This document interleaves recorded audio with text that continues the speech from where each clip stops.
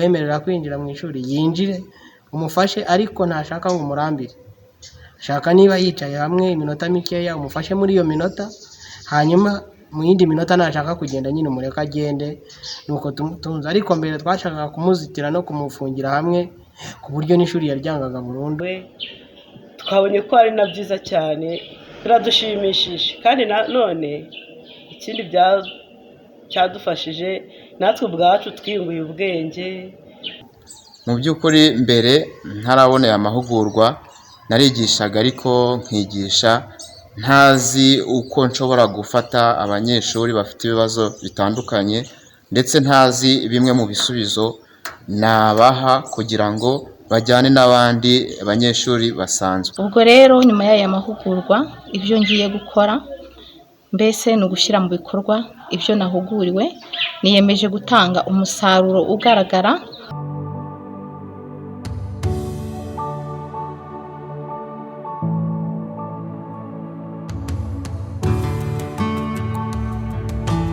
Shutterstock Music.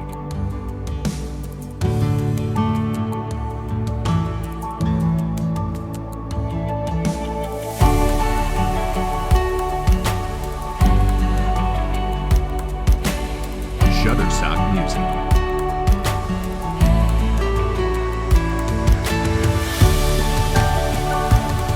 Mu mpera z'iki cyumweru cyo kuwa 23-24 Mata umwaka wa 2022, abarimu mu mashuri abanza n'ayisumbuye bo mu turere twose tw'u Rwanda bakoze ibizamini bisoza inyigisho z'amahugurwa bari bamazemo igihe azwi ku izina rya Continuous Professional Development CPD in Quality Inclusive Education mu Cyongereza. Tugenekereje mu rurimi rw'Ikinyarwanda twavuga ko ari amahugurwa y'inkomezamwuga cyangwa se inozamwuga ku burezi budaheza bufite ireme. Aya mahugurwa yari agamije kongerera abarezi ubumenyi buzabafasha gukora umwuga w'uburezi bawusobanukiwe neza kurushaho, uko bifata mu ruhando rw'ibibazo bikunze kugaragara mu myigire n'imyigishirize, kugira uruhare rugaragara mu gutanga uburezi budaheza bufite ireme, aho abana bose bafatwa kimwe ntawe usigaye inyuma cyangwa ngo atereranwe. Abafite ibibazo mu myigire bitewe n'ubumuga cyangwa ibibazo byihariye bituma batiga nk'abandi bakarushaho kwegerwa no gufashwa uko bikwiye n'ibindi. Aya mahugurwa yateguwe kandi ashyirwa mu bikorwa ku bufatanye bwa Kaminuza y'u Rwanda, Koleji y'Uburezi n'Ikigo cy'Igihugu gishinzwe uburezi bw'ibanze REB. Hamwe n'inshingano basanganywe mu kazi kabo, abarimu ba Koleji n'abakozi ba REB batahirije umugozi umwe kugira ngo bashobore kwesa uyu muhigo. Ibikorwa by'aya mahugurwa byatewemo inkunga n'umushinga uzi ku izina rya Rwanda Basic Quality Education Human Capital Development ku nguzanyo ya Banki y'Isi na Global Partnership for Education Fund GPE. Abarimu bakurikiye amahugurwa bazatsinda ibizamini n'amasuzumabumenyi yakozwe mbere bazahabwa impamyabumenyi ya CPD Diploma in Quality Inclusive Education yo ku rwego rwa kaminuza. Twegereye bamwe mu barimu twasanze ku kigo cy'urwunge rw'amashuri ya Nemba ya mbere mu karere ka Gakenke, batugezaho imbamutima zabo kuri aya mahugurwa barangije. Mwari mumbajije ikibazo uko nabonye amahugurwa ndetse n'icyo nungukiyemo. Mu by'ukuri mbere ntaraboneye amahugurwa narigishaga, ariko nkigisha ntazi uko nshobora gufata abanyeshuri bafite ibibazo bitandukanye, ndetse ntazi bimwe mu bisubizo nabaha kugira ngo bajyane n'abandi banyeshuri basanzwe. Muri aya mahugurwa rero nigiyemo inclusive education. Muri inclusive education uburezi budaheza, ku buryo buri mwana waba ufite ibibazo mu bijyanye n'imyumvire cyangwa ibijyanye n'ingingo zidakora neza, nizemo uko nshobora kumufasha. Urugero nko kumuha imyitozo yihariye kugira ngo ajyane n'abandi ndetse no kumwitaho bihagije cyane nko ku banyeshuri bafite ibibazo mu mitekerereze.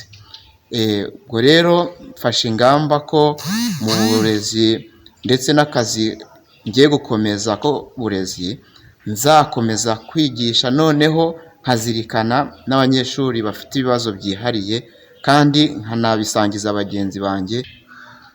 Mbere y'uko tuza muri aya mahugurwa twahuraga n'ibibazo bitandukanye mu mirimo yacu ya buri munsi, harimo uburyo bwo gufasha abana bafite ubumuga ndetse no kubasha kuba twamenya ibibazo abana bafite.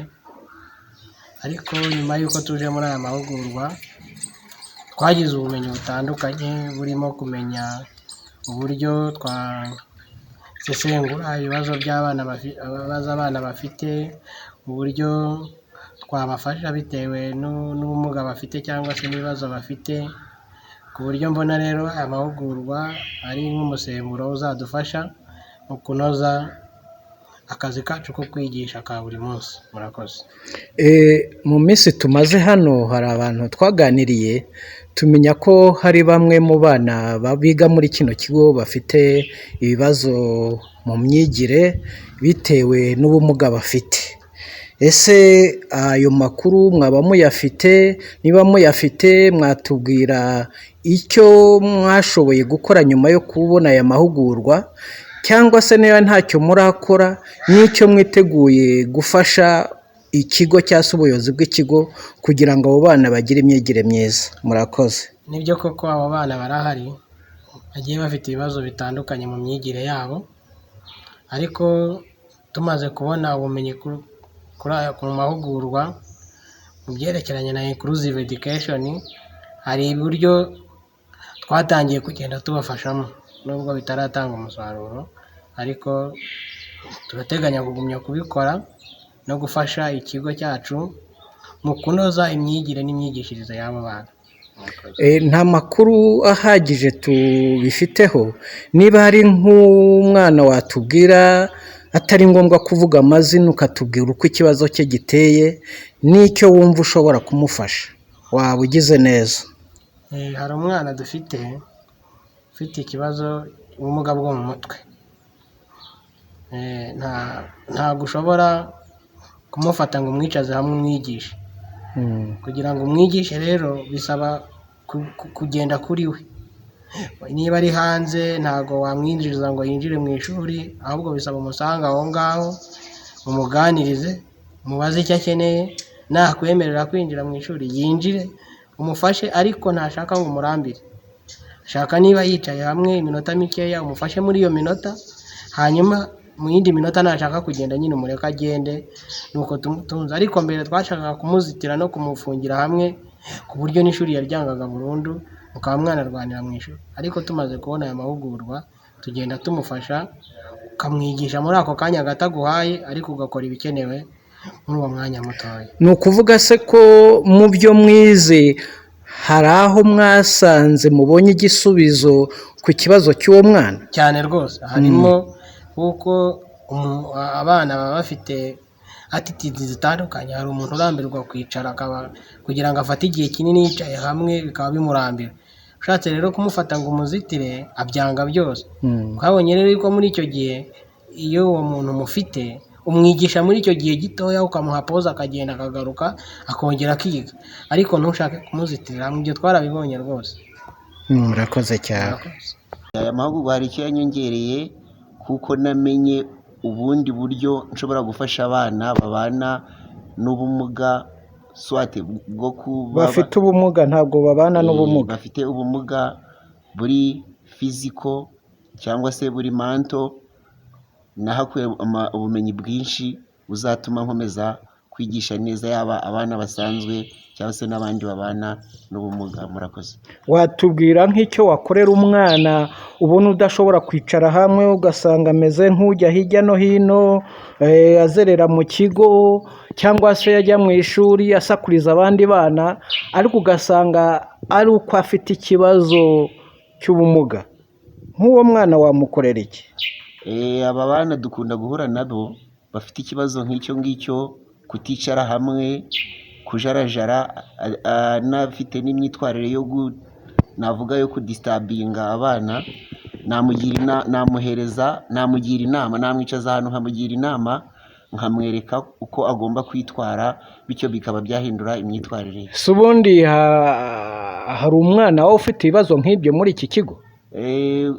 Mvuze nko ku bantu bafite ubumuga buri fiziko, turamufite ugendera mu mbago, bityo biramugora kuba yajyana n'abandi bana wenda nk'ahantu bagiye ku rugendo cyangwa se bagiye kuri firidi, ibyo bikaba bigoranye. Ariko nyuma y'aya mahugurwa nshobora kuzagira inama abayobozi, tukaba twashaka ibikoresho bizamufasha kujya ajyana n'abandi bana kugira ngo nawe abone uburere n'uburezi buhagije. Beatrice, nkaba ndi umumama, nigisha mu kigo cya GS Musagara giherereye mu murenge wa Muhondo mu karere ka Gakenke. Ano mahugurwa rero yatugiriye akamaro cyane cyane ko twabonaga abana tubona bafite ibibazo, twibaza ko batakwiga ngo bigane n'abandi. Twe ubwacu twifuza yuko bajya kwiga, ariko bakiga mu bigo byabagenewe, ufite ubushobozi, utabufite nyine akarurira. Ariko ubu turimo kubafata neza kuko twabihuguriwe, twabonye ko ari na byiza cyane, biradushimishije. Kandi nanone ikindi cyadufashije, natwe ubwacu twiyunguye ubwenge. Hari byinshi cyane tuzahindura mu myigishirize yacu, rwose turabashimiye. Biragaragara ko uri umumama ushobora kuba umaze igihe muri uyu mwuga w'uburezi.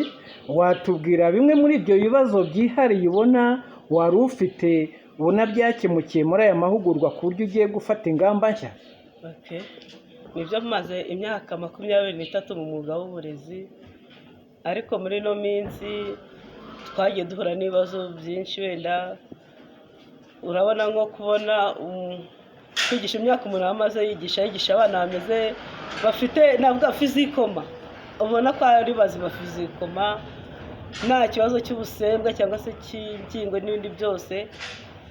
Ukabona mbere ntabwo byari byemewe umwana ufite inuzo myaka namaze, ariko muri ino minsi rwose turimo kubabona barabazaga tuvuga ati se nk'uyu mwana bamujyanye, ariko ubu ngubu turi kumva rwose nta kibazo.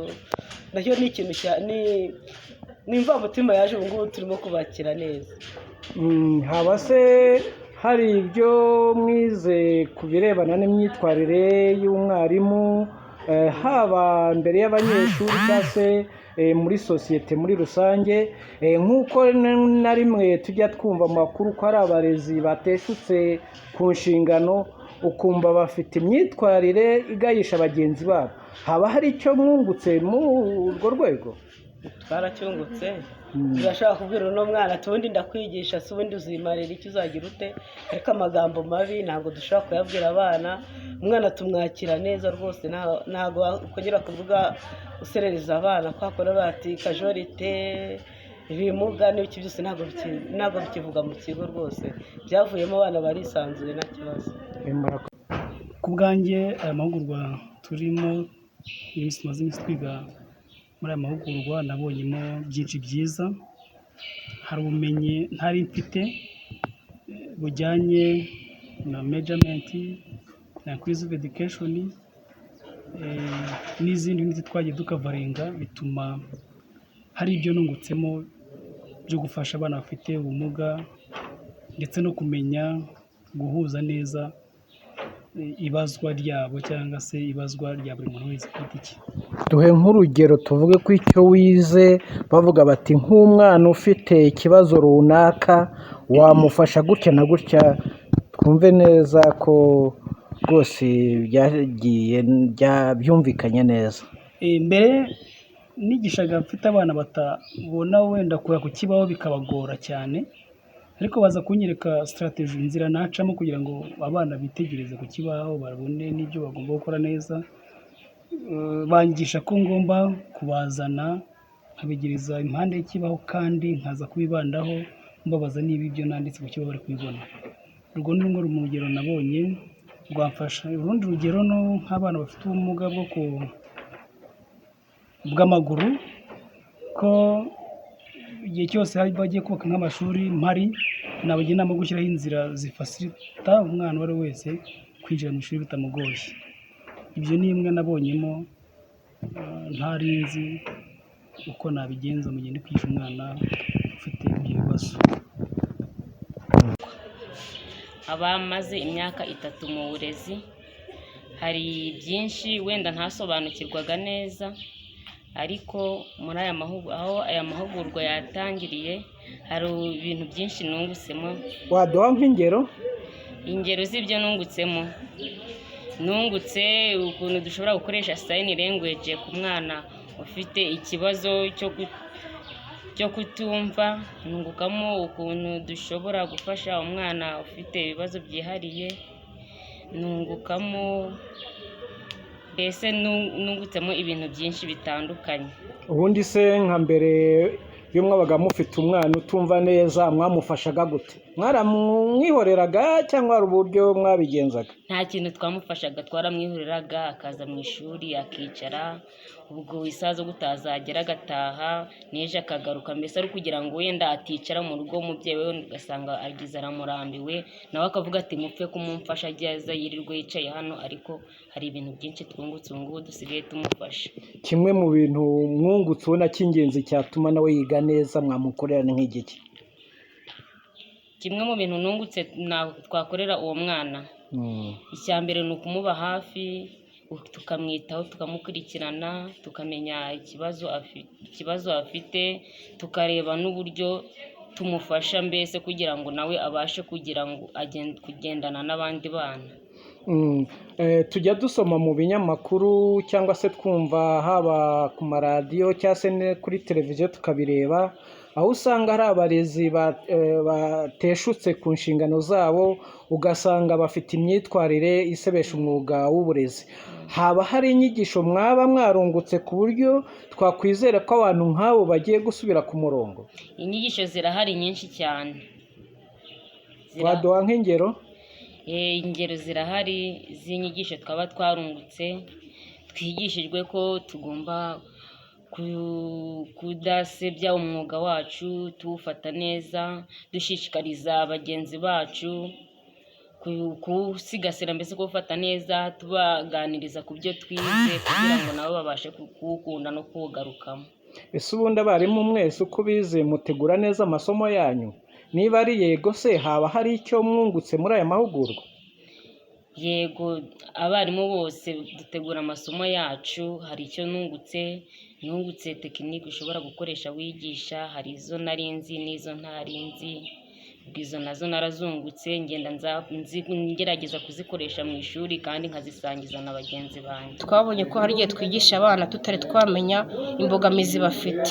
Hari abafite ubumuga bwo kugira ngo batabone neza ibyo bareba, bwo kutumva, ndetse no kugira ngo nubwo imbere mu bwonko bwabo.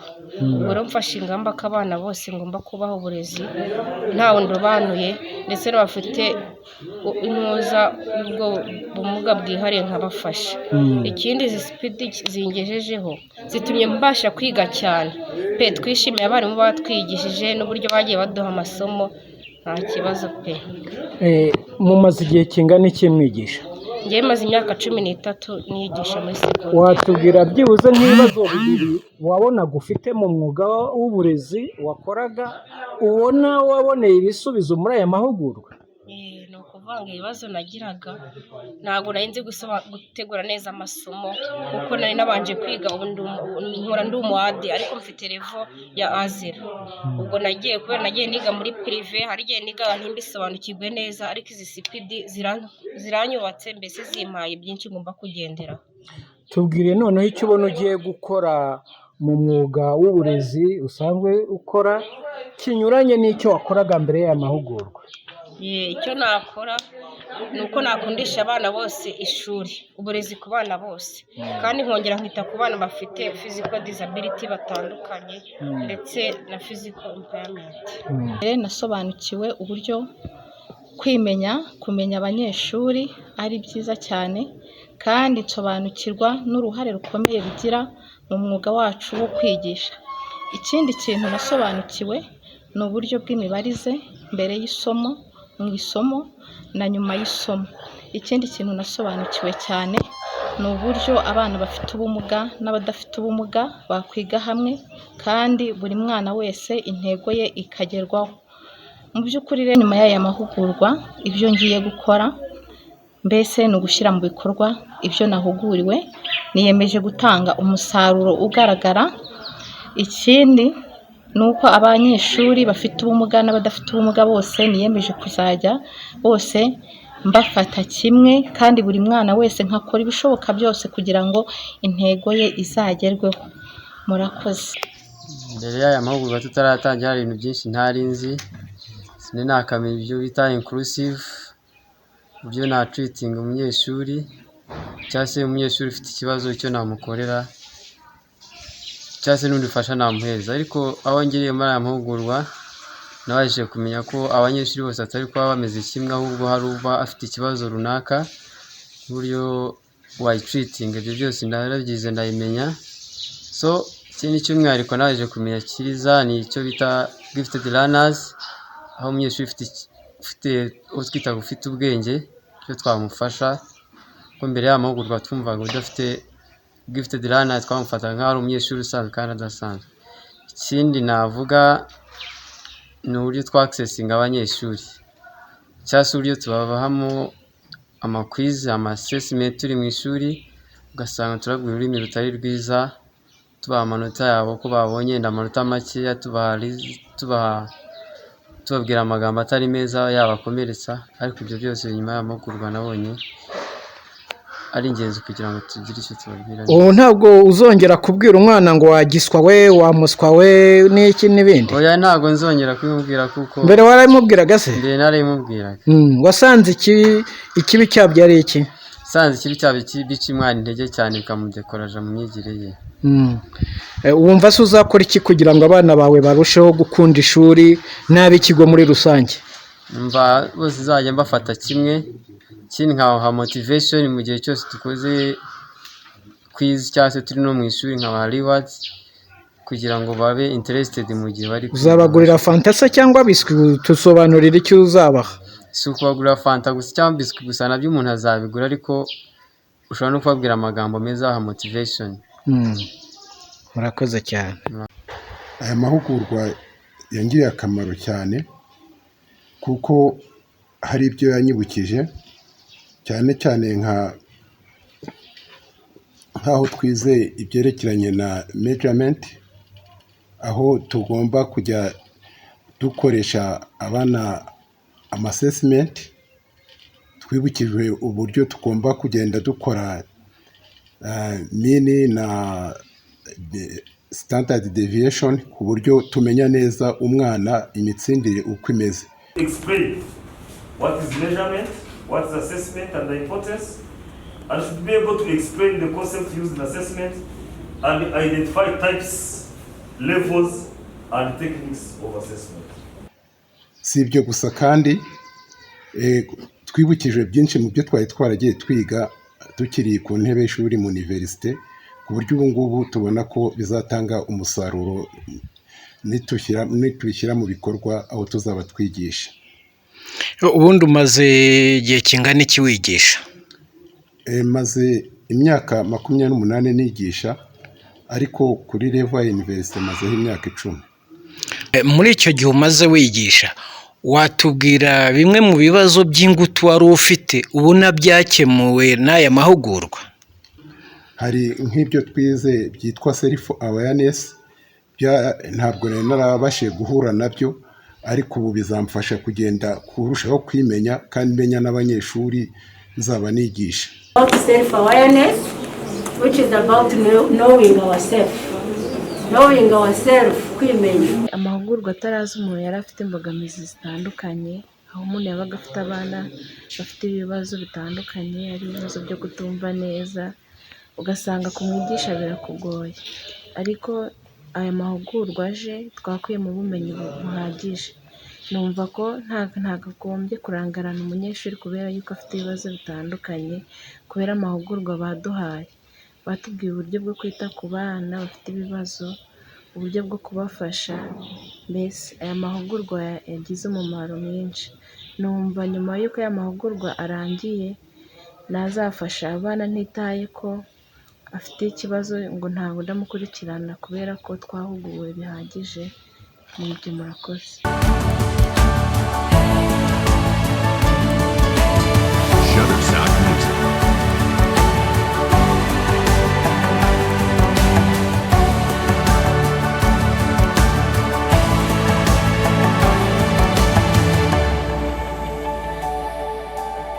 Shutterstock Music.